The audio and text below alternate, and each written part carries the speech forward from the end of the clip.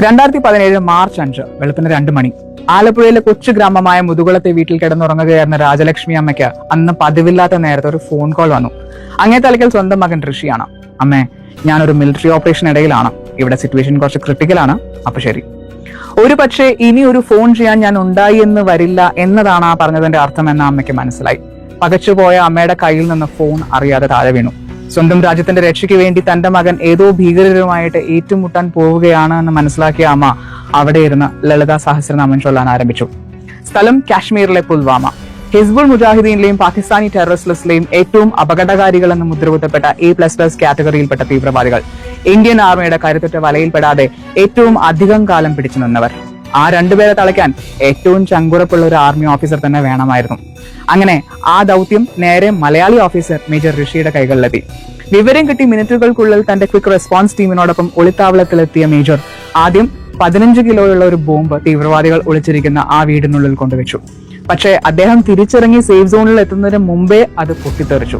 തകർന്ന കെട്ടിടത്തിന്റെ ഭാഗങ്ങൾ അദ്ദേഹം തലയിൽ പതിച്ച് രക്തം വാർന്നൊഴുകി. അതൊന്നും വകവയ്ക്കാതെ വീണ്ടും രണ്ടാമത്തെ അറ്റംപ്റ്റ്. ഇത്തവണ 3 പെട്രോൾ ബോംബുകൾ എറിഞ്ഞ് അവർ ആ വീടിന്റെ ഒരു ഭാഗം തകർത്തു. എന്നാൽ ആ വീടിന്റെ ഇനിയും തകരാത്ത ഭാഗത്ത് ഒളിച്ചിരുന്ന ആർമിക്ക് നേരെ തുരുതുരെ വെടിവെച്ചുകൊണ്ടിരുന്ന തീവ്രവാദികളുടെ ഇടയിലേക്ക് ഒരു ചെറിയ അനക്കം ഉണ്ടായാൽ പോലും പൊട്ടാൻ സാധ്യതയുള്ള 30 കിലോ ഭാരം വരുന്ന ബോംബുമായിട്ട് കയറി ചെല്ലാൻ മേജർ ഋഷി തീരുമാനിച്ചു. ഇതൊരു പക്ഷേ തന്റെ അവസാനമായിരിക്കാം എന്ന് ഋഷി മനസ്സിലാക്കി. ആ ഒരു നിമിഷത്തിലാണ് അദ്ദേഹം തന്റെ അമ്മയെ ഫോണിൽ വിളിച്ചത്. അമ്മേ, ഞാനൊരു ക്രിട്ടിക്കൽ മിലിറ്ററി ഓപ്പറേഷൻ ഇടയിലാണ്. പിന്നെ ഒന്നും നോക്കിയില്ല. കൊടുംക്രൂരന്മാരായ ആ തീവ്രവാദികളുടെ ഇടയിലേക്ക് അദ്ദേഹം സധൈര്യം ബോംബുമായിട്ട് കയറി ചെന്നു. കൃത്യസ്ഥാനത്ത് തന്നെ ബോംബ് വെച്ചു. പക്ഷെ ഈ ബോംബിൽ നിന്ന് പോലും ഇവർ രക്ഷപ്പെട്ടാൽ നേരെ തന്റെ ടീമിനെ ആയിരിക്കും അവർ ലക്ഷ്യം വെക്കുക എന്ന് തിരിച്ചറിഞ്ഞ ഋഷി തന്റെ നേരെ പാഞ്ഞു വന്ന വെടിയുണ്ടുകളുടെ ദിശയിലേക്ക് നടന്നു കയറി. തന്റെ തലയിലും മുഖത്തും വെടികൊണ്ട് തെറിച്ച് വീണിട്ടും ഒരു അതിമാനുഷ്യനെ പോലെ ഉയർത്തെഴുന്നേറ്റ ഋഷിയുടെ തോക്കിൽ നിന്നും ഉതിർന്നു വീണ വെടിയുണ്ടകളേറ്റ് കൊടും തീവ്രവാദികളായ അക്ബർ മൗലവിയും സൈഫുള്ളയും നിലം പതിച്ചു.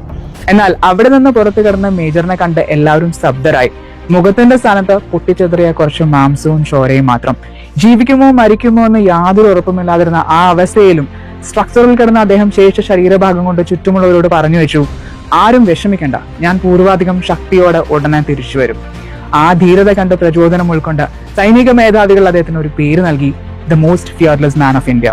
തുടർന്ന് ഇങ്ങോട്ട് കഴിഞ്ഞ 8 വർഷങ്ങൾ ശരീരത്തിൽ നടത്തിയ 23 ഓപ്പറേഷനുകൾ, ശാരീരികവും മാനസികവുമായി അനുഭവിക്കേണ്ടി വന്ന വേദനകൾ, ഇതിനൊന്നിനും ഈ രാജ്യസ്നേഹിയുടെ സ്ഥൈര്യത്തെ തകർക്കാനായില്ല.